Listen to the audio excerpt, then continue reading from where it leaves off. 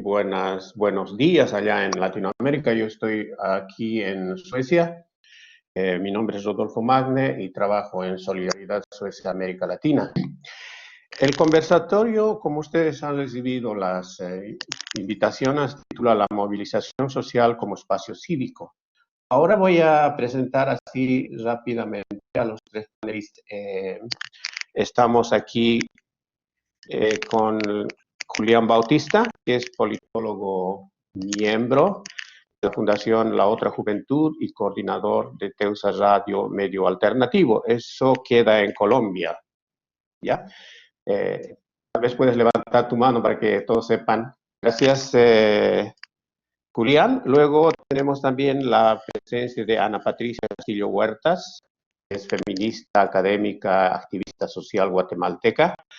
Trabaja en Acción EID Guatemala como gerente de programas y proyectos en procesos de asesoría y acompañamiento a organizaciones sociales que actúan en distintos territorios del país, especialmente en procesos de reactivación de las economías campesinas, en contextos de acaparamiento del agua y la tierra por los agronegocios. Especialista en la temática de derechos de las mujeres con relación a la tierra.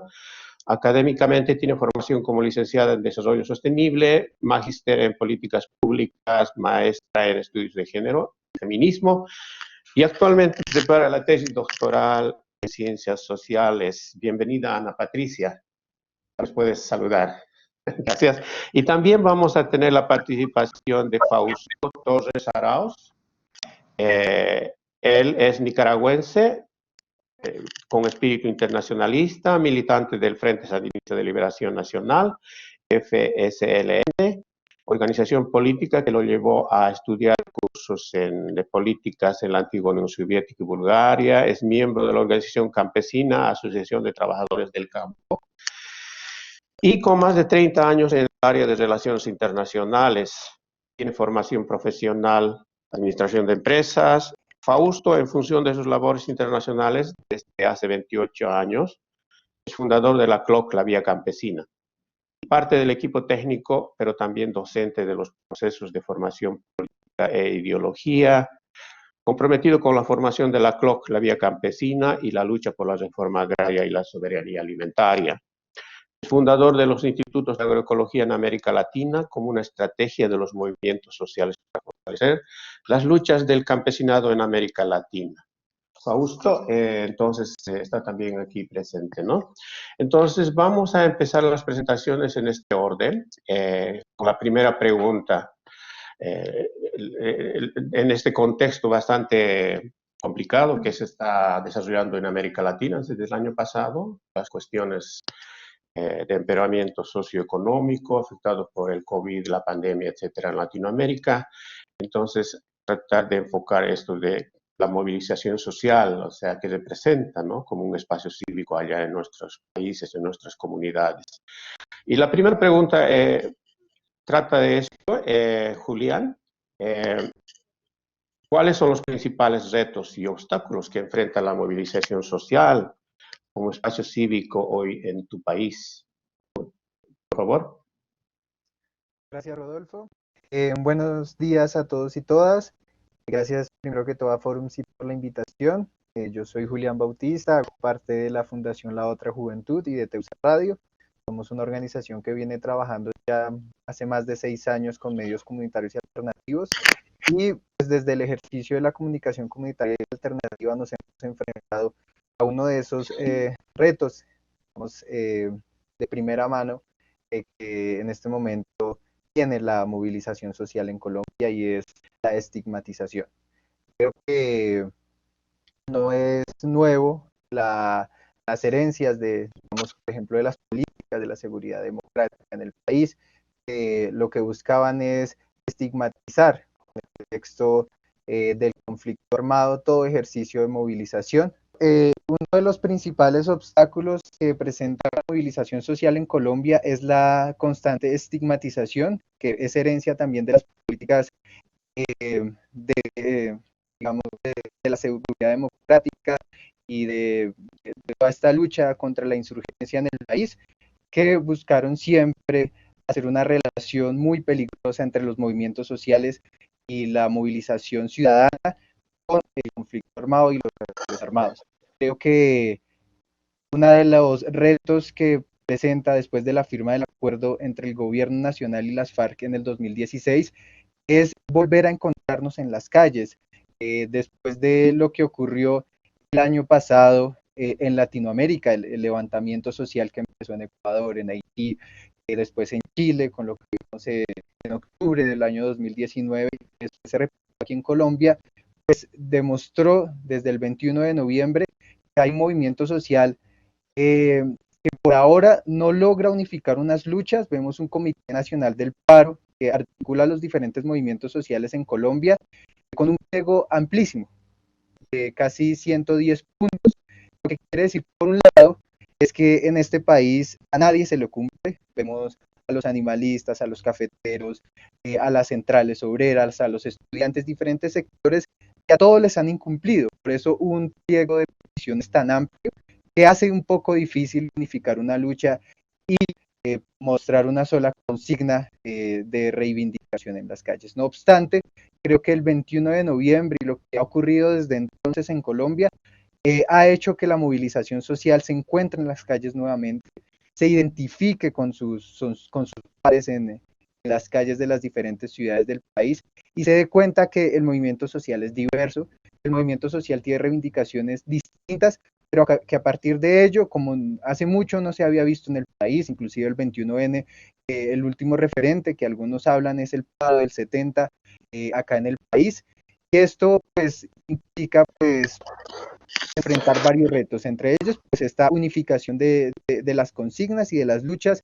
de los diferentes movimientos sociales y la estigmatización, vuelvo a ello, y lo decía también desde los medios de comunicación alternativos y comunitarios, y es que en este ejercicio de disputa de sentido, sabemos que los medios de comunicación en nuestro país tienen, y en todos los países tienen unos intereses concretos que obedecen unas agendas económicas concretas. Por consiguiente, vemos a veces cómo los medios tradicionales pareciesen contrarios o enemigos de la movilización social. Y eso no se ha podido cambiar en nuestro país, por más que las movilizaciones sean pacíficas, por más que estén repletas de arte y de cultura, pues siempre hay una estigmatización, venga de donde venga. En estos momentos vemos como la minga, si bien no la estigmatización, no solo porque hay, dicen los grandes medios, infiltraciones de grupos armados, sino ahora la estigmatización es porque hay una posibilidad de contagio del COVID-19. Siempre va a haber una excusa para estigmatizar el movimiento social.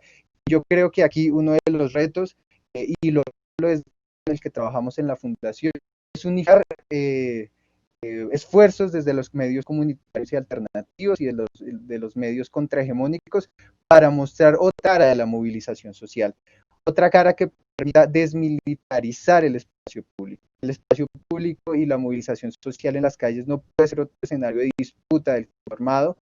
Lo vimos en el 9 de septiembre, hace unos meses, donde la ciudadanía, principalmente en Bogotá, desbordó su indignación alrededor del caso del ciudadano Ordóñez, que fue asesinado por la policía, salió a protestar y lastimosamente, y digamos que así con el beneplácito del gobierno nacional, fueron asesinadas 13 personas en las calles de Bogotá, asesinadas por la policía con armas de fuego, como lo indica la organización ONG Temblores. Y esto es gravísimo para una democracia. Jamás se había visto en las calles de Bogotá que asesinaran, digamos, Ya termina el tiempo, Julián. con sí, y ya para cerrar con este velo de impunidad y digamos, con el beneplácito y el soporte del ministro de Defensa. Yo creo que me vendría ahí para decir que uno de los grandes retos en nuestro país, sabiendo que tenemos unas diferencias. Después podemos entrar a los retos, Julián. De la estigmatización. Sí. Muchas gracias. Es una situación bastante especial en Colombia, ¿no? Entonces, en esto de seguir analizando esto de los obstáculos, etcétera, ahora le pediríamos a Ana Patricia que pueda, digamos, dar su punto de vista desde Guatemala también, que es un país diferente, ¿no? Adelante, por favor, Patricia. Claro, buenos días y gracias por la posibilidad de compartir pues, cómo la estamos viviendo aquí la situación en Guatemala. Creo que, bueno, quizá las noticias últimas que ustedes han conocido de Guatemala a nivel internacional tienen que ver con los movimientos sociales y sus expresiones en las calles, en la movilización, a partir del 2015, cuando una amplia movilización social y otros factores de política internacional y de intereses económicos coinciden y se logra la renuncia del presidente y la vicepresidenta del país. O sea, es un caso insólito que les lleva incluso a enfrentar procesos judiciales actualmente todavía en curso. O sea, ¿por qué quiero partir del 2015? Porque pienso que fue una coyuntura muy importante en donde se puso en evidencia hasta qué grado, después de la firma de los acuerdos de paz en 1996, se había producido toda una recomposición de un poder, articulado, ¿verdad?, entre poder económico, entre sectores políticos conservadores y una, digamos, una nueva élite enriquecida a partir de su participación en la gestión del Estado a través de la corrupción. Lo que llamamos en Guatemala el pacto de corruptos y que se ha constituido en el mecanismo de cooptación del Estado de esta alianza y recomposición, ¿verdad?, de un poder conservador y corrupto, que controla todos los espacios de poder del Estado y sus tres poderes, o sea, el organismo judicial, el Congreso de la República y el gobierno central. Entonces, creemos que ese es el principal obstáculo en este momento para profundizar y ampliar la democracia en el país como sistema que dé respuesta a los derechos, demandas y necesidades del conjunto de la población guatemalteca. Hay ahí necesidad de recuperar el espacio de lo público y la capacidad de hacer realizables los derechos ciudadanos y los derechos humanos en su conjunto para los ciudadanos. En esas condiciones nos encuentra la pandemia. Creo que nosotras nos vemos muy reflejadas en la intervención que hizo antes Alejandra en el panel anterior, en donde decíamos que la pandemia vino a profundizar condiciones muy graves de la erosión de derechos humanos y de los espacios de participación ciudadana que fueron precisamente aprovechados por este pacto de corruptos, a pesar de haberse dado el cambio de gobierno en enero de 2020, ¿verdad? 51 días después se declara el estado de calamidad pública y la respuesta del Estado, del gobierno y del Estado en su conjunto es una respuesta autoritaria. ¿Qué queremos decir con esto? O sea, si bien las medidas de restricción fueron medidas necesarias, a estas medidas de restricción se agregaron otras que han causado zozobra, causado y erosionado derechos constitucionales fundamentales. Junto con la pandemia, se da la declaración de estado de sitio en 2 territorios de manera absolutamente innecesaria y sin que a la fecha se hayan expresado resultados de esos estados de sitio, que además de restringir los derechos de movilización, de manifestación, ¿verdad?, que ya estaban restringidos con el estado de calamidad pública, se restringen otros derechos y se impone la militarización de 2 territorios muy importantes del país. Uno, donde existe un conflicto añejo, un conflicto relacionado con tierras entre 3 municipios, pero otro estado de sitio muy importante en un amplio territorio del norte del país, en donde los conflictos socioambientales se han venido produciendo, sobre todo frente a los abusos de las empresas de carácter extractivo. Entonces se imponen ahí 2 estados de sitio y posteriormente un estado de prevención, que además restringe expresamente la labor de los medios de comunicación, ¿verdad?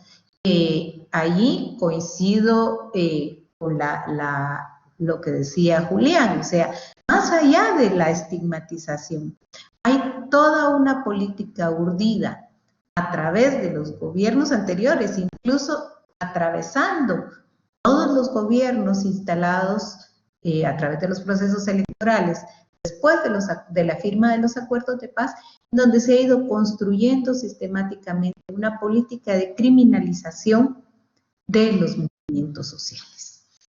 Entonces, además, muy complejo, porque por un lado se criminaliza a los movimientos sociales, nuestras formas de movilización, nuestras formas de expresión, y simultáneamente se cierran los espacios de diálogo, de negociación y de incidencia. Durante el gobierno actual y en medio de la pandemia se da también el cierre de la institucionalidad de la paz. O sea, un conjunto de instituciones responsables de la concreción de los compromisos del Estado guatemalteco en el marco de los acuerdos de paz, ¿verdad? Que todavía con tareas inconclusas muy importantes, este gobierno toma la decisión de cerrar esas instituciones, incluyendo la Secretaría Presidencial de la Mujer en un país en donde los derechos de las mujeres y la violencia forman parte de la cotidianidad de nuestras vidas. Entonces, ¿qué encontramos? Una respuesta autoritaria, militarización de los territorios y erosión de la institucionalidad que eventualmente haría posible el diálogo y la incidencia política. Entonces, esto implica una crisis muy importante que nos desafía a los movimientos sociales para retomar nuestras capacidades de movilización afectadas desde luego por la pandemia, ¿verdad? Yo ahí lo dejaría y creo que podemos seguir más adelante ampliando a partir de las siguientes preguntas.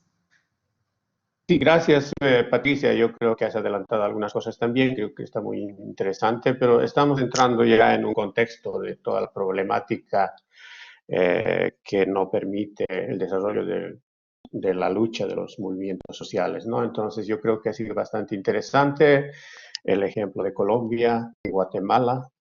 Y ahora vamos a escucharle también su análisis de este contexto problemático a Fausto desde Nicaragua. Adelante, Fausto, tienes 6 minutos. Ok, muchas gracias, Rodolfo. ¿Me escuchas? Sí, te escucho muy bien. Bueno, muchas gracias por esta invitación al joven compañero de Teusaquillo y a Patricia. Bueno, estos temas siempre van a ser bastante conflictuales, complejos, porque va a depender del contexto en el que estamos viviendo. Antes de la pandemia en América Latina, se venían gestando diferentes procesos. Digamos, dos procesos. Uno que encaja en eso que algunos expertos llaman las guerras híbridas, que tiene que ver con todo este proceso que empezó en Yemen con la famosa llamada la primavera árabe. Y otro, los procesos de los movimientos sociales que en su momento algunos han mencionado. Hoy hay un paro nacional en Colombia. Ayer se conmemoró un año del proceso de movilización en Chile y también se dio un proceso muy importante contra la Organización de Estados Americanos, ya que el pueblo boliviano salió a defender su voto y a decir que lo que ocurrió hace un año fue todo un montaje de lo que se llaman las guerras híbridas. Entonces, aquí quiero poner dos diferencias, estimadas y estimados amigas y amigos. Uno, que hay un movimiento que descansa sobre lo que hemos llamado las luchas sociales, digamos la lucha de clases. Cuando los movimientos sociales salen contra la lucha social para derrocar dictaduras, para el fascismo, para garantizar la estabilidad económica social del país. Esa es una forma de expresión. Y otra es a la que se prestan algunos movimientos vinculados al Departamento de Estado que generan entonces contradicciones como los que están ocurriendo en Venezuela, que no tiene nada que ver con la movilización social que hacemos en otros países, la represión que hay sobre el bloqueo de más de 60 años a Cuba y también la que se presenta en Nicaragua, que se dio en abril del 2018, que son posiciones extrañamente diferentes porque encajan en otro contexto. Ahora, ¿cuáles son las limitaciones? Yo creo que en América Latina tenemos fondos muy complicados. Primero, hay que entender de que la realidad de Colombia es muy difícil. No podemos entender a una América Latina en paz si no se resuelve el problema de la paz en Colombia. No podemos entender a una América Latina en estabilidad si no logramos resolver el fascismo que se ha incrementado con el presidente Bolsonaro de Brasil, y mucho menos con lo que se está presentando en algunos países, como es el caso de El Salvador, y lo que ya sabemos históricamente que ha pasado, que Patricia Castillo está comentando sobre el tema de Guatemala. Entonces, son como los casos más emblemáticos. Pero ocurre un fenómeno curioso. Costa Rica, que tenía otro nivel de estabilidad con relación a los países de Centroamérica, hoy está en protestas contundentes. El movimiento social contra la aplicación de las medidas del Fondo Monetario Internacional. Entonces, estamos, Rodolfo, ante dos grandes realidades. Uno, el componente de las guerras híbridas que son promovidas por el Departamento de Estado y en el cual el Grupo de Lima se suma. Y dos, la protesta social que hoy camina hacia buscar un mundo mejor, construir otro sistema más viable, más en armonía con la naturaleza, con las mejores condiciones de vida. Finalizando, mientras Bolivia tenía los mejores indicadores de crecimiento económico de América Latina, y aplicaron un golpe de Estado.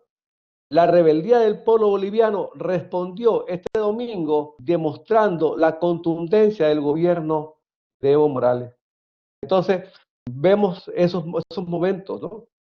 Mientras vos ves en un momento, en un país, la rebelión popular, la rebeldía que se une de esa manera contundente, aunque las elecciones no son una demostración clara de la democracia, son una trampa de la burguesía, pero al final en Bolivia se dio un suceso contundente, mientras vos te encontrás en otros países en donde el movimiento actúa de otra manera, y es aquí donde podemos reconocer esa marcha multitudinaria que sale desde el Cauca hacia Bogotá, es la Minga, y que hoy se suma al paro nacional. Entonces, esos movimientos que nos indica que estamos en una América Latina en constante movimiento y con mucha facilidad de movilizarse.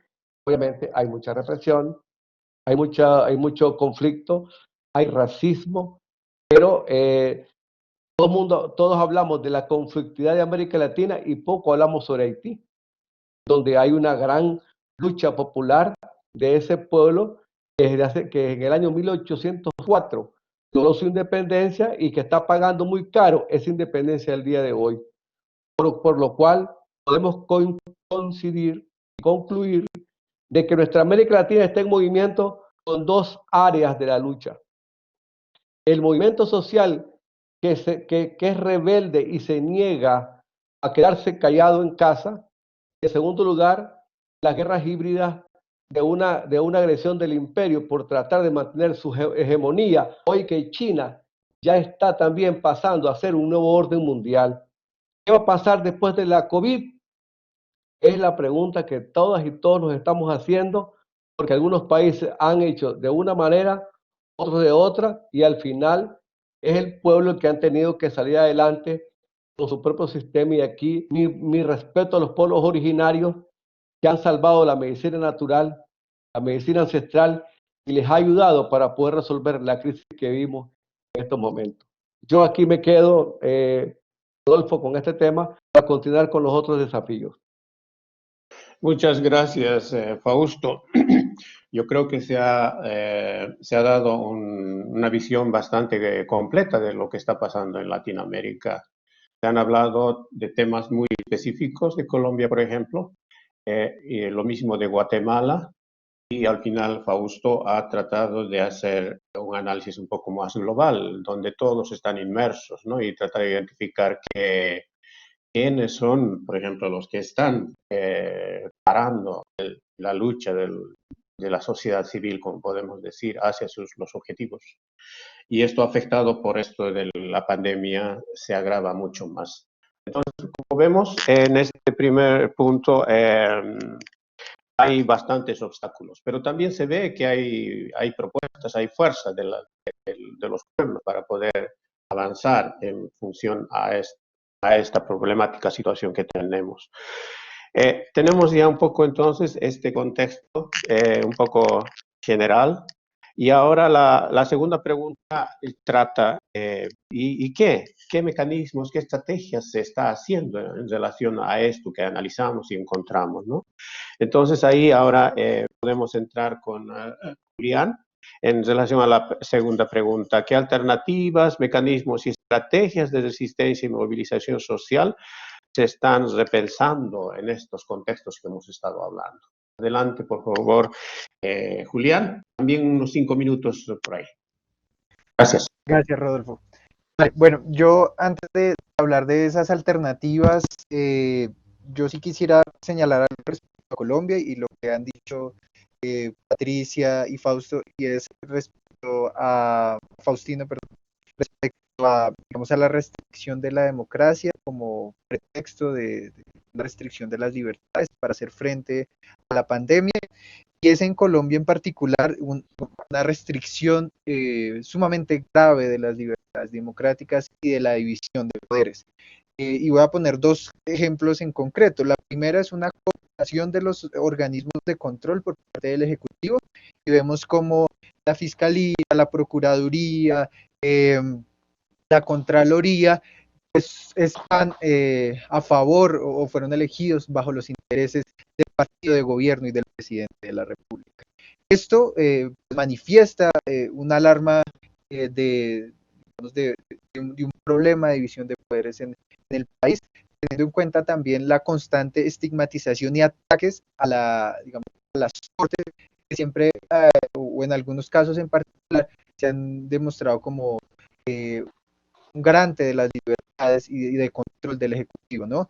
Vemos como con la detención del expresidente Álvaro Uribe Vélez, que fue un hecho histórico y un avance institucional en nuestro país, el primer expresidente en la historia de Colombia en estar preso, pues vimos la del partido de gobierno y de algunos medios de comunicación contra las cortes de nuestro país. Entonces, es también preocupante la división de poderes. También vemos, por ejemplo, el ministro de Defensa cómo desacató abiertamente una orden de la Corte Constitucional que le obligaba a pedir perdón por las violaciones, digamos, de los protocolos y también el exceso de la fuerza pública y de la policía en las movilizaciones del 21 de noviembre. Es grave lo que está ocurriendo en Colombia en términos también de las libertades democráticas. ¿Cuáles son las alternativas? Yo creo que son varias. Una es la jurídica. Creo que a pesar digamos, de este panorama preocupante, yo creo que se tienen que seguir haciendo luchas, como por ejemplo el colectivo Causa Justa en Colombia, que es una agremiación de diferentes organizaciones y colectivas que pusieron una demanda ante la Corte Constitucional por el aborto libre y seguro, y esa demanda fue admitida el día de ayer, si mal no recuerdo, y se están logrando avances importantes, como esta sentencia de la Corte Constitucional que pide generar garantías por parte de los gobiernos locales y el gobierno nacional a la sociedad.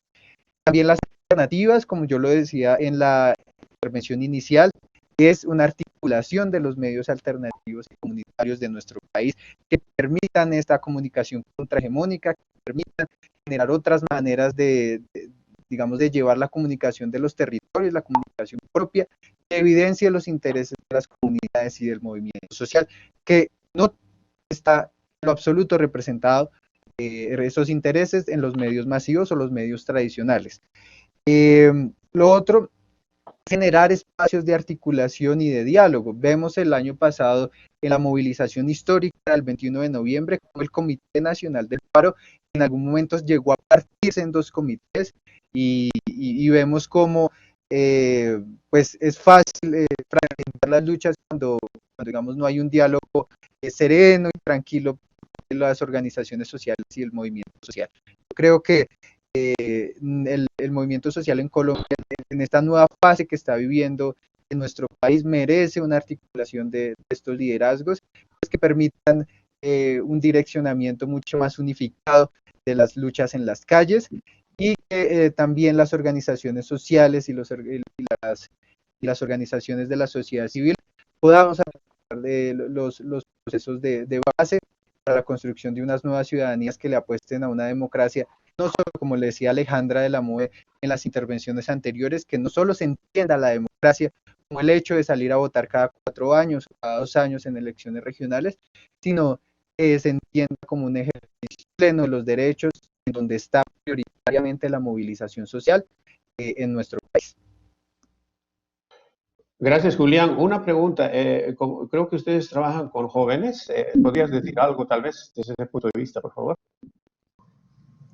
Sí, yo creo que digamos que la juventud en nuestro país, como una población sumamente vulnerable, tiene unas luchas muy concretas en nuestro país. Una de ellas es el acceso a la educación superior. Vemos como diferentes universidades públicas de nuestro país en estos meses de pandemia se dieron unas luchas importantes con huelgas de hambre en las universidades públicas, luchando por la matrícula cero, es decir, muchos jóvenes y muchas jóvenes tenían que decidir entre comer o ir a la universidad. Entonces creo que una lucha también de los jóvenes por el acceso a la educación, por el derecho a la vida, porque vimos que las personas asesinadas el 9 y 10 de septiembre en Bogotá mayoritariamente fueron jóvenes.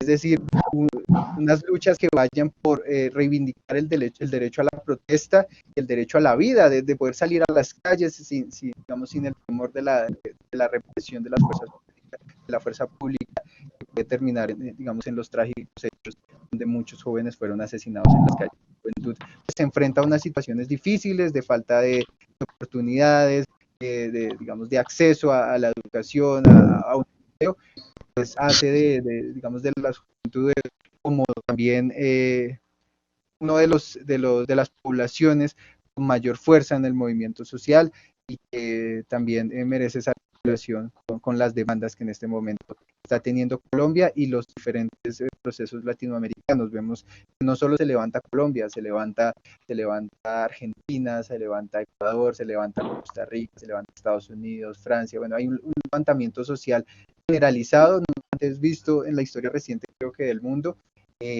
porque hay, creo yo, un desborde del capitalismo global. Ok, muchas gracias, Julián. Hemos podido también recuperar algo de la experiencia de los jóvenes, ¿no? Entonces, en esta parte vamos a seguir continuando para ver también un poco el enfoque de los pueblos indígenas, yo creo. Ana Patricia también, entonces te damos la palabra para que puedas describirnos un poco, contarnos esto de qué estrategias de resistencia están ustedes haciendo en este contexto conflictivo en nuestros países. Bueno, yo quisiera abordar sobre todo 2 aspectos. Uno, precisamente esto que tú planteas, ¿verdad? El protagonismo desde los pueblos indígenas. Y creo que ha sido muy importante cómo, el movimiento social ha transitado de unas estrategias de lucha más fincadas en lo sectorial, digamos, que se expresaba a través de organizaciones de tipo sectorial, hacia formas de lucha más enraizadas en lo territorial. Y yo creo que este es un cambio estratégico muy importante, porque tiene que ver con otros sujetos y con otras formas de acción política, pero también con maneras de construir y reconstruir poderes.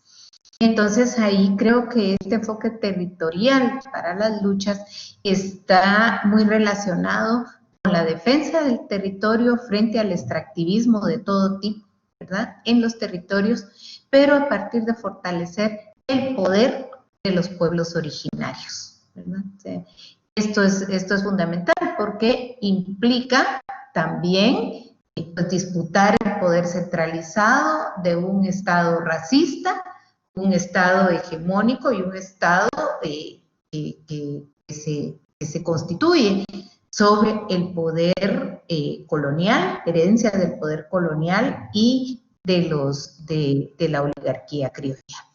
Entonces, estos son cambios muy importantes porque incluso llevan a repensar el Estado y como ya se planteaba en los acuerdos de paz, ¿verdad? Repensar un Estado que asuma la pluralidad del país. Y ahí han habido algunos logros que voy a hablar después. Pero creo que este es un cambio muy importante. Cómo en los territorios se expresa la movilización de movimientos sociales, esto que se ha hablado nuevo, que se decía, ¿verdad? En la última década, nuevos movimientos sociales. Nosotros no creemos que sean tan nuevos, han estado allí, pero en estas últimas 2 décadas construyen posibilidades de articulación, ¿verdad? Creo que eso fue una manera muy, muy importante de cómo los pueblos originarios aprovecharon los escenarios surgidos a partir de los acuerdos de paz, ¿verdad? O sea, irrumpieron y creo que hay ahí cambios importantes. El otro aspecto es cómo va cambiando y cómo se van transformando las formas y métodos de lucha y organización, pero también los liderazgos. Y ahí yo lo relacionaría con la participación de las mujeres y de la juventud. O sea, hemos visto cómo las organizaciones de mujeres, digamos, y de jóvenes se han ido apropiando de espacios públicos de manera muy innovadora y creativa. O sea, utilizando herramientas del arte, utilizando formas, apropiándose del espacio público, ¿verdad?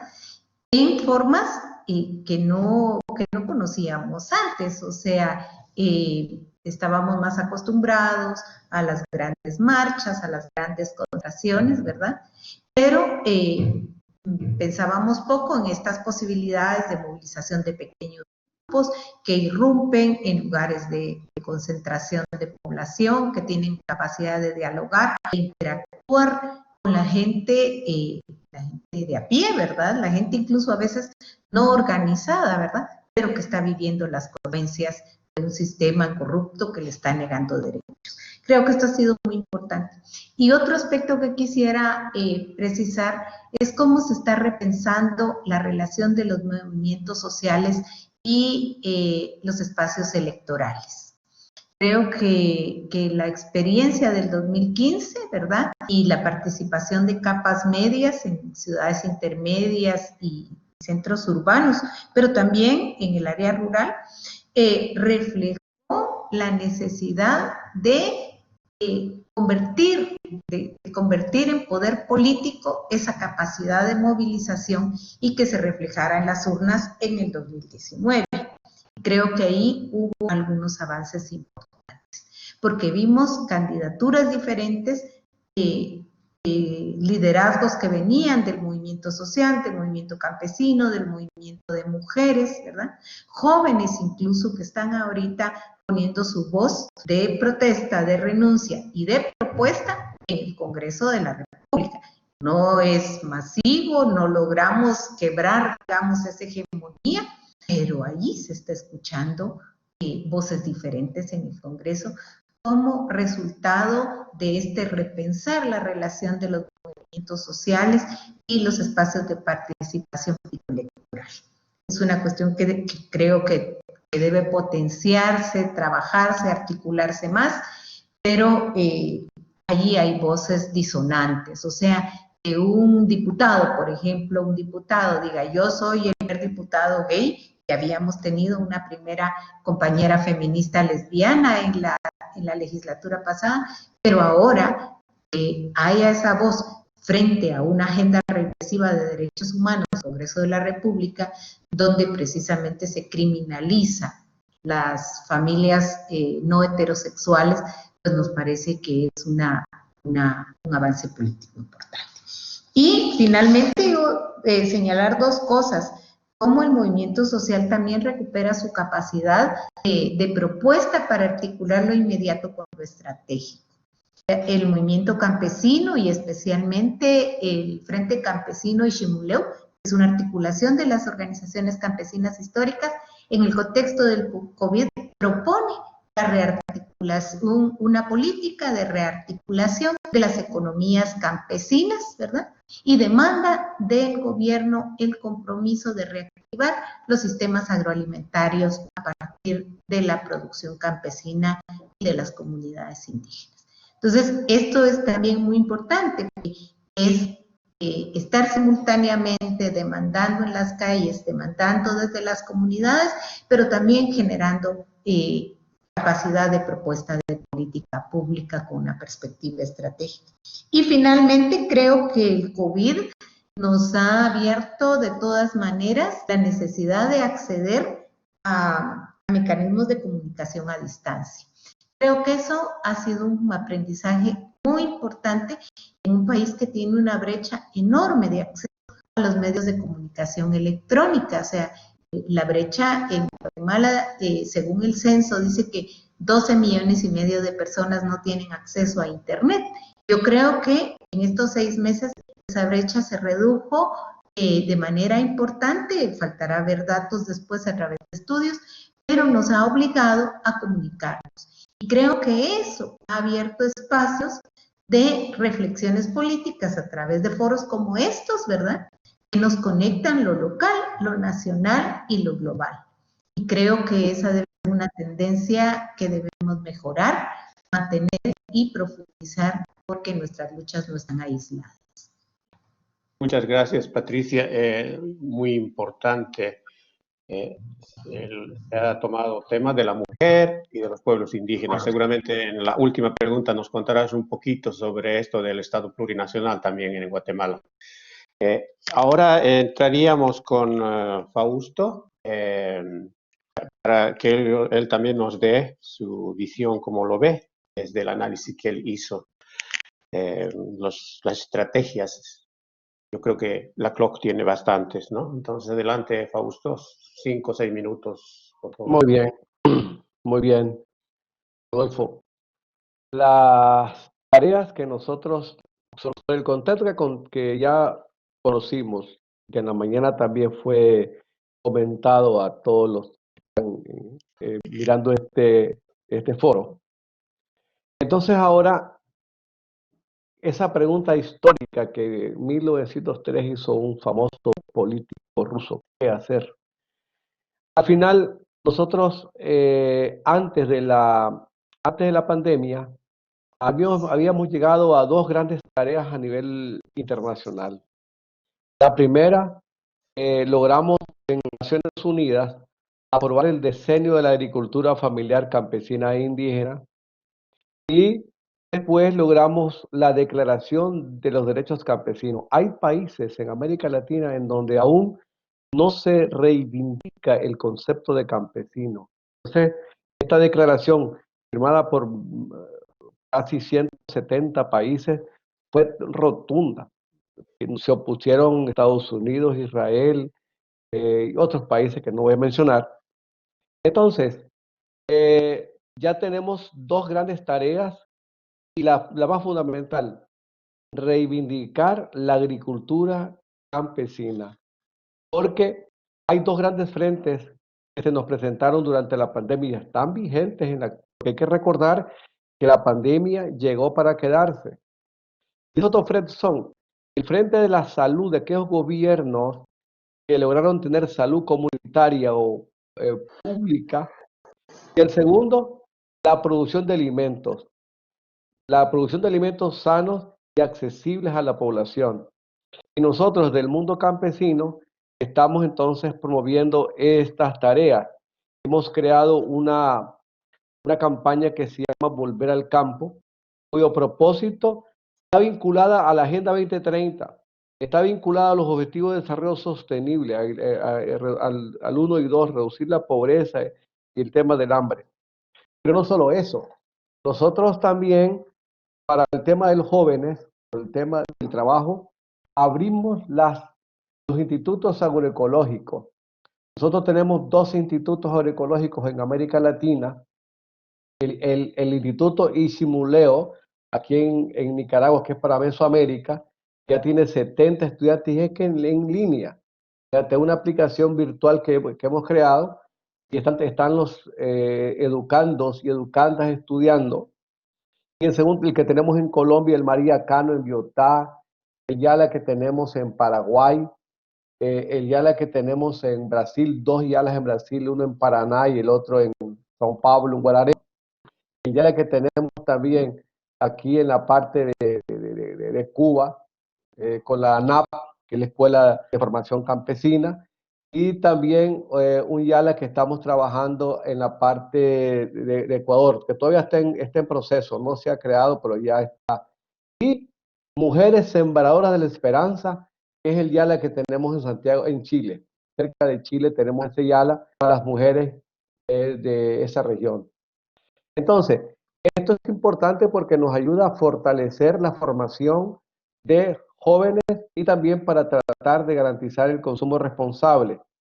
Voy a indicar algunos temas como los desafíos, si vos querés, más importantes. El primero, el volver al campo es una tarea fundamental, pero primero parte de la reforma agraria. Esa es una asignatura pendiente en casi todos los países de América Latina. El tema del acceso a la tierra, la democratización de la tierra y el agua. Tenemos que seguir trabajando el tema de la reforma agraria. Pero además de eso, la agroecología para llegar a una soberanía alimentaria más con mercados de cercanía, con circuitos cortos, cosechas de agua, para garantizar esa nivelación a los efectos del cambio climático. Nuestra consigna es muy clara. Todos los campesinos y los indígenas podemos enfriar el planeta. Y eso es lo que te va a dar la resiliencia a la Pachamama por todos los efectos que uno ve que se están presentando en este momento en el contexto nacional e internacional de muchos países. Entonces, la innovación parte de que la agroecología sea un rescate de los conocimientos ancestrales de la agricultura, romper con los defectos que nos dejó la Revolución Verde y garantizar que la producción llegue a la mesa. ¿De qué manera? Hay que recordar de que según estudios de ETC Group, una organización internacional, dice que el 70% de lo que se alimenta en la población sale de los pequeños agricultores, lo que es la agricultura campesina tradicional e indígena. Son los que te garantizan la alimentación. En cambio, el agronegocio no produce para la alimentación, sino que se dedica a otros temas como es los agrocombustibles y otros temas, y no logra garantizar la recuperación de la tierra, del saber ancestral, de los conocimientos holísticos del campesino a campesino, esa metodología que nace en Guatemala con los pueblos cachiqueles en San Martín Jilotepec y que ahora se ha extendido por varias partes de América Latina. Entonces, volver al campo es la salida para hacer el campo más habitable, más agradable y para poder mejorar las condiciones de vida y superar la inmunidad que tenemos nosotros. Es la mejor vacuna ante el virus. Pero no puedes hablar de volver al campo si no pasamos por la tranquilidad y la estabilidad. No puedes volver al campo si no resolvemos la inseguridad ciudadana que se da con varios asesinatos en Colombia a líderes campesinos e indígenas, con la represión que se da en Honduras, con esos procesos que están haciendo en Honduras, con la represión que se da con los encarcelamientos que hay en El Salvador, con lo que la compañera nos está contando de Guatemala y con la crisis que viven en algunos pueblos, sobre todo en la parte del Paraguay y de Perú y de Ecuador. Si no logramos la estabilidad en el campo, la paz y la seguridad ciudadana, no vamos a garantizar el alimento llegue a los consumidores. Y esa es la gran tarea y es la gran alianza que tenemos, porque nosotros consideramos que en este rol no es tanto la gente, grandes productores, son los jóvenes agricultores, los jóvenes campesinos los que garantizan la producción, y las mujeres. Nosotros en la Vida Campesina y la CLOC tenemos una campaña que se llama Feminismo Campesino y Popular, porque me llegado a la conclusión que sin feminismo no hay socialismo, y son tareas fundamentales que nosotros colocamos en esta campaña Volver al Campo, que garantiza mejorar la dieta alimentaria, y eso va a pasar para garantizar la estabilidad. Ojalá hagamos el campo más habitable. Muchas gracias. Cambio. Gracias, Fausto. Hemos avanzado también, ya creo, a la pregunta 3, así que luego vamos a implementar seguramente. Y se ha tocado aspectos importantes también, Fausto, como tú has dicho, son la Declaración de los Derechos Campesinos, por ejemplo, que es un aspecto muy importante que se ha propuesto y se está desarrollando en diferentes medidas, ¿no? Y eso de las escuelas agroecológicas y esto de hablar de la soberanía alimentaria. Entonces, en este contexto ya vemos que hay esperanzas y hay trabajos que se están haciendo. Entonces, ahora para finalizar con este conversatorio, tal vez ya hemos empezado a decir los logros que se han estado haciendo en este contexto bastante complicado. Podemos completar, si tienen algunas otras cosas nuevas, etcétera, podemos completar un poco en esta parte. Entonces vamos a empezar con Julián en relación, ¿cuáles son otros logros, digamos, que destacan ustedes con todas estas estrategias que se han ido hablando? Adelante, Julián, unos 5 minutos, por favor. Vale, gracias. Bueno, yo creo que respecto a complementar un poquito lo que anteriormente estábamos diciendo, que también han señalado los compañeros y las compañeras en relación a cómo se percibe Colombia en el hemisferio latinoamericano, y es que hay una lenta, por no decir casi nula, implementación de los acuerdos de paz en Colombia, y eso evidencia un reto fundamental a través de, digamos, de esta lenta implementación y este boicot de los acuerdos de paz, pues está dando una puerta abierta a la reorganización de los actores armados en los territorios, que conlleva digamos, a la trágica cifra que lastimosamente se ha vuelto una cifra creciente, pero que no se contextualiza más, de líderes y lideresas sociales asesinadas en los territorios. A pesar de eso, creo que hay unos logros importantes. Digamos, yo me centro mucho en esto de las disputas de sentido y las construcciones discursivas digamos, de los enemigos, en esto también que hablaba Schmidt y Laclau en relación a la construcción de los otros, y es que en esta dicotomización del campo político, del campo social, sí hay una disputa que está avanzando los movimientos sociales a través de, digamos, de otras formas de comunicar, como bien lo decía Patricia, hay otras formas de movilización que no solo se están limitando a llenar plazas, a llenar calles, sino que en otros escenarios de disputa, como lo son el arte y la cultura, y también, por ejemplo, las redes sociales, están haciendo cosas bien interesantes que en lo concreto yo lo considero como un logro y como un avance, y es disputar sentido a través de otras formas de comunicación.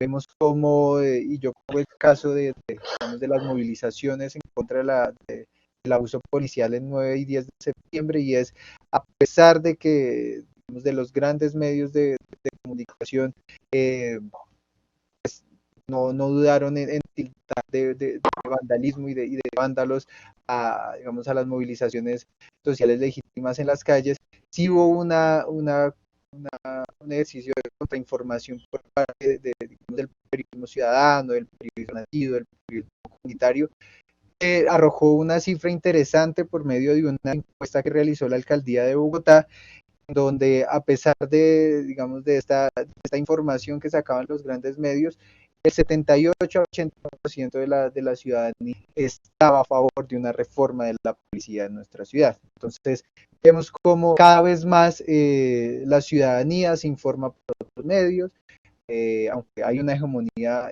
persiste, digamos, de los medios tradicionales, pero una hegemonía que va en declive, pues porque los medios comunitarios, los medios campesinos, los medios indígenas, cada vez más sienten que están ganando espacios en los territorios, y eso a mí me parece un logro para el movimiento social y también para el fortalecimiento de la democracia en nuestro país. Hay un reto fundamental en nuestro país que incluso ya se viene hablando con esto del ojo del 2022, que es que los sectores tradicionales y las sedes económicas y políticas de nuestro país ven el 2022 como un referente de riesgo para perder el poder en Colombia. Creo que fue un hito lo que ocurrió en las elecciones presidenciales pasadas, cuando por primera vez un candidato abiertamente izquierda llegó a una segunda vuelta en nuestro país. Y pues esto fue constituyendo pues una reorganización de, digamos, de las fuerzas políticas reales en Colombia, que hacen digamos, de lo que viene de aquí en adelante con la crisis económica que estamos viviendo y se avecina.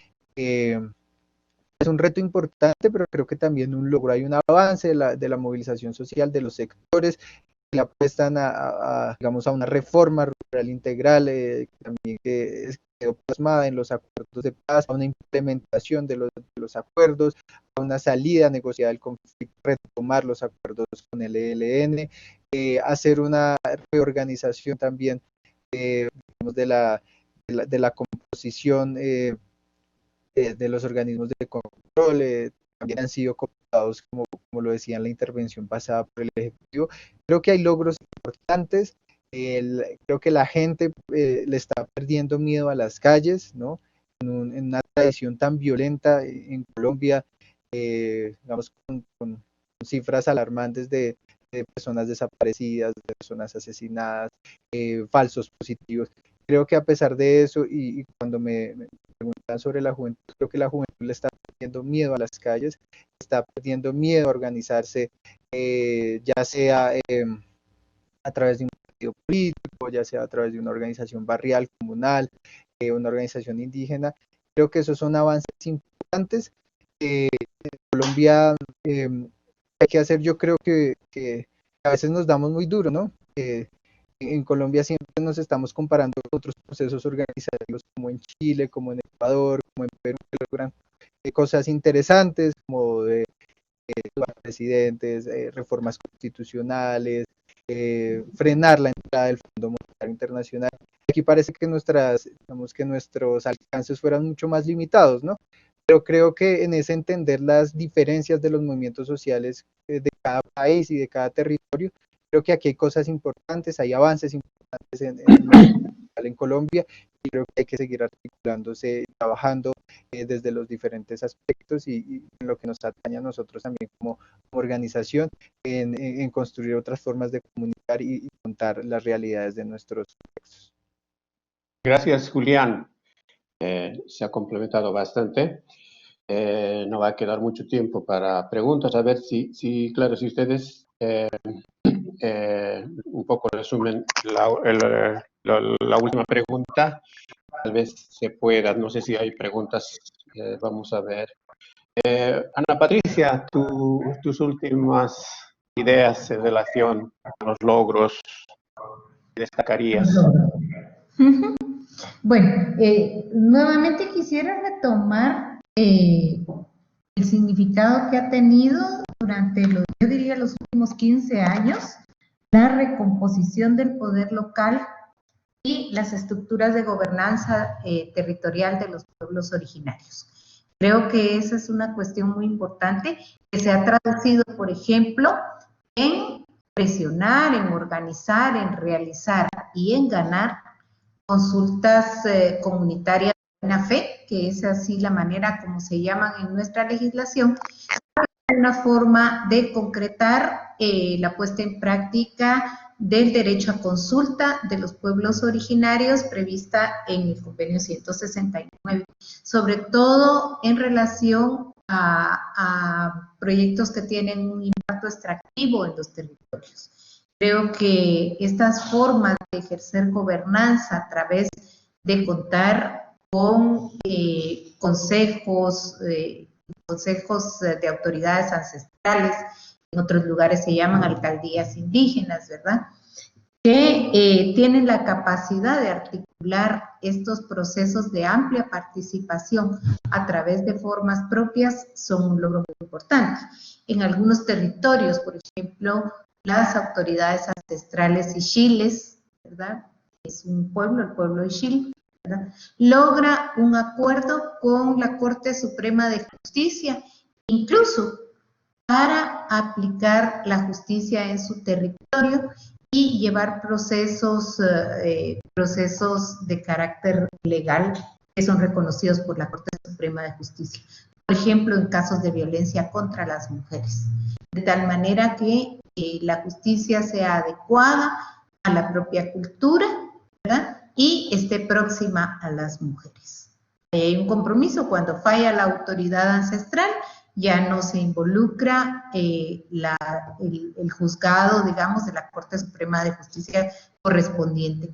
Y esto ha tenido resultados muy importantes, ¿verdad?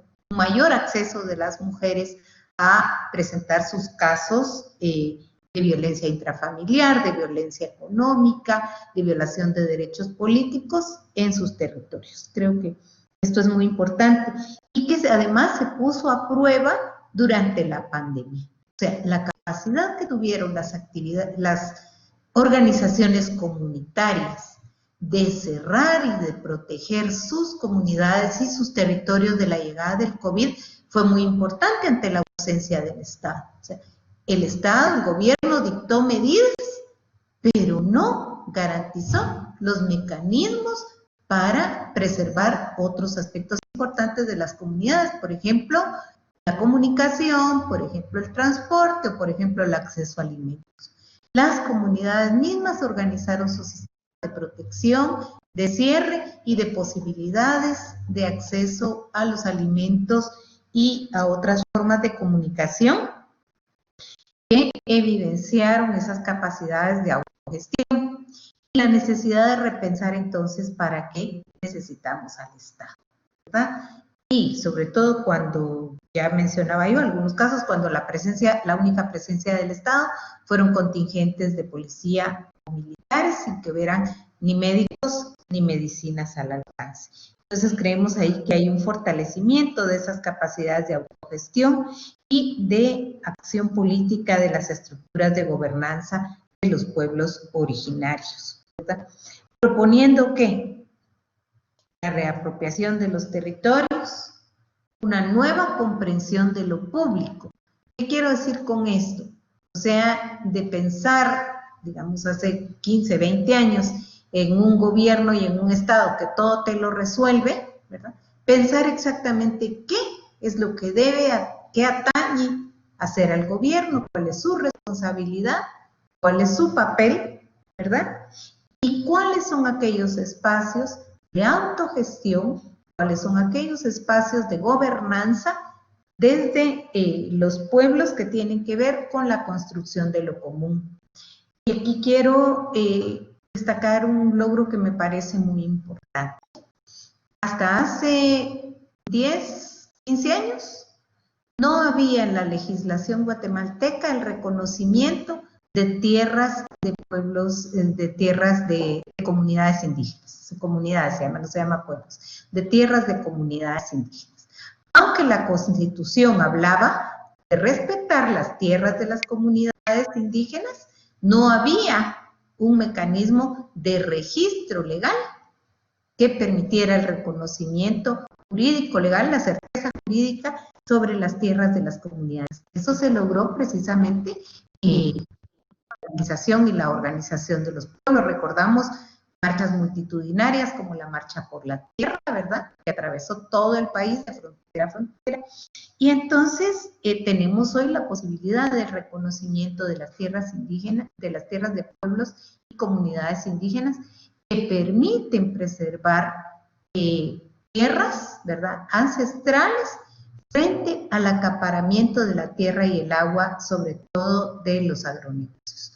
Esto la mesa también el debate sobre derechos humanos y empresas, ¿verdad?, en los territorios. Creo que son cuestiones muy importantes.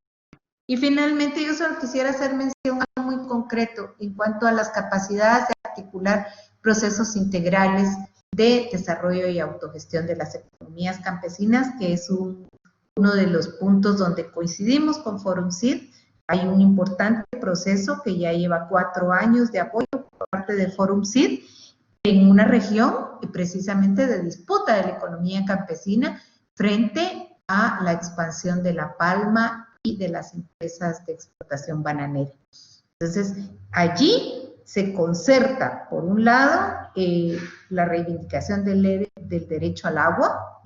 Hay una disputa del agua entre las comunidades campesinas y los agronegocios, pero también un planteamiento desde las comunidades de recuperar, muy coincidente a lo que decía Fausto, pues es con una organización participante vía campesina, el Comité de Unidad Campesina y ActionAid, con quienes traemos un proceso de rearticulación de las economías campesinas en contextos de acaparamiento de tierras, rearticulando los mercados locales, recuperando la producción local, sobre todo con metodologías agroecológicas, ¿verdad?, y una amplia participación de las mujeres, enfocado en los derechos de las mujeres y articulado con procesos de construcción de resiliencia frente al cambio climático y la gestión de riesgos, porque es una zona particularmente afectada por todo tipo de riesgos. Entonces creo que es una visión mucho más amplia, ya no es solo la idea de los movimientos, que de por sí es importante, los movimientos sociales movilizándose y actuando desde las calles, ¿verdad?, sino articular esa movilización con toda una nueva forma de organizar la vida, de reorganizar la economía y articularnos entre sí. Creo Gracias. que solamente 2 palabritas. La reorganización y la rearticulación del movimiento de mujeres y feminista, creo que es muy importante cómo se ha ido dando un encuentro entre las experiencias de las compañeras rurales, campesinas, indígenas y de feministas que actuaban desde otros espacios, sobre todo en el ámbito de la academia y la ruralidad y el espacio urbano. Bajo la consigna, si tocan a una, nos tocan a todas, se ha producido, digamos, una ampliación del movimiento con mucho más capacidad de respuesta y movilización, ¿verdad?, a través de distintas formas, ¿verdad?, no solo las organizaciones de mujeres o feministas que tradicionalmente veíamos, ¿verdad? Creo que esos son los importantes y que están teniendo ya un impacto, ¿verdad?, frente precisamente a lo que decíamos, ¿verdad?, a toda esa rearticulación de este poder conservador y corrupto. Muchas gracias, Ana Patricia. Hablar, pero lamentablemente el tiempo se nos está terminando, así que van a disculpar que les corte. Ahora vamos a pedirle a Fausto, que él tiene una capacidad grande de poder, digamos, terminar en 2, 3 minutos las últimas ideas, por favor, Fausto. Ha desaparecido, Fausto, no sé si está. Fausto. Lo que pasa es que tenía apagado el micrófono. Hola. Ok, Fausto, tenemos unos 3 minutos para que puedas darnos un sondeo, tal vez. No te preocupes. Sí. No, yo me sumo a la conclusión que hizo Patricia sobre la realidad que estamos viviendo. Ya como lo concreto, nosotros tenemos programas, actividades y todo, pero hay que recordar de que son procesos. Nosotros le damos para mí el tema central que aún debe resolverse en América Latina es el tema de la tierra. Eso pasa por resolver la problemática de los pueblos originarios, de los campesinos que necesitamos tierra para la producción de alimentos, y porque las políticas públicas es la gran gestión que estamos haciendo nosotros ante la FAO y los gobiernos, deben estar resolviendo el problema de la producción de alimentos y de la estabilidad en el campo. Porque hay que recordar de que cuando las políticas públicas van en función de la empresa privada y de la transnacional, eso no resuelve la problemática del eje central de la economía de un país, que es quienes producen la tierra para la soberanía alimentaria, no para el agronegocio. Entonces, a modo de conclusión, yo creo que estamos en una América Latina muy interesante. La gente ya dejó de estar sin expresión popular. Hay la capacidad para movilizarse más allá de que hay muchas limitaciones en algunos países, pero aún así la movilización popular está fuerte. Hay una campaña de nosotros, de soberanos, pueblos solidarios, que es para resolver la agresión hacia 3 países del Caribe, Cuba, Venezuela y Nicaragua, y también que hay que garantizar que en el campo haya soberanía alimentaria, que haya agroecología, que haya tierra, agua, territorio, para que podamos mejorar las condiciones de vida en el campo. Yo creo que esos desafíos están presentes no solo en la Club Villa Campesina, sino en muchos aliados que trabajamos en el sector campesino, y eso es importante también, el respaldo que tenemos de SAL, del Forum CID, de ASDI, que han estado a la par de este movimiento social de América Latina que trata de mejorar las condiciones de vida. Y eso creo que es lo fundamental. Yo aquí me quedo, Rodolfo, por si acaso ocurren algunas preguntas. Cambio. Muchas gracias, Fausto. No tenemos mucho, ya no, porque luego después de esto empieza otra actividad, ya directamente casi, ¿no?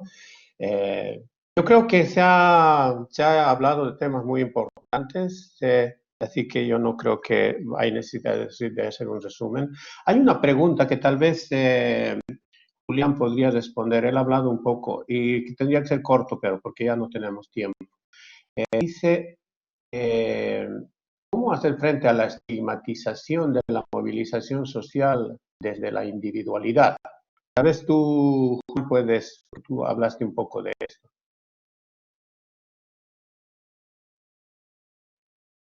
¿Aló, Julián?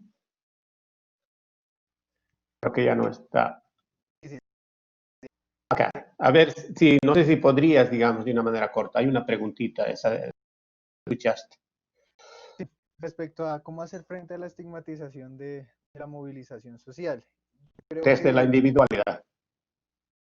Individualidad, dice. yo creo que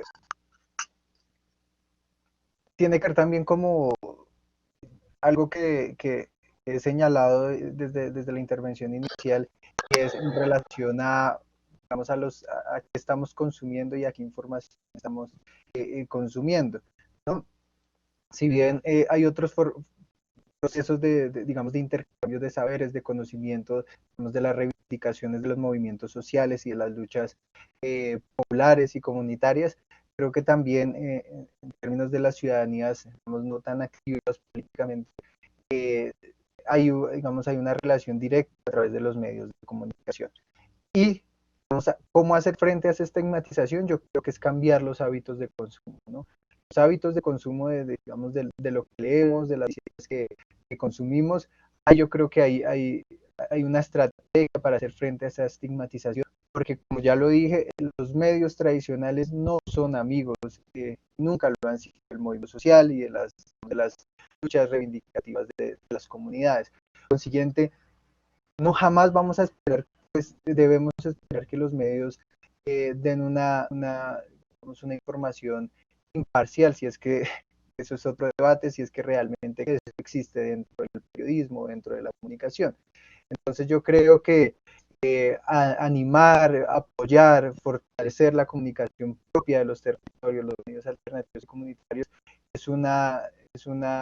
digamos, es una estrategia conjunta. Por un lado consumirlos y por el otro lado apoyarlos para luchar contra esa estigmatización de la movilización. Yo podría aportar eso, seguramente Patricia y Faustino también podrían señalar algo al respecto. Sí, muchas gracias. Ahora va a empezar otra actividad, así que vamos a cortar, van a disculpar, Patricia. Quiero agradecerles también, me invitaron para moderar un poco este conversatorio. Agradecer mucho a Julián, Ana Patricia, Faustino, Fausto, y la lucha continúa, compañeros. Muchas gracias. Hasta pronto. Y a los participantes me dijeron algo, no he entendido muy bien, que creo que los materiales que se está teniendo aquí se va a enviar, creo, a cada uno de ellos. Así que muchas gracias y hasta pronto. Ustedes siempre, compañeras y compañeros. Así es, así es. Chao.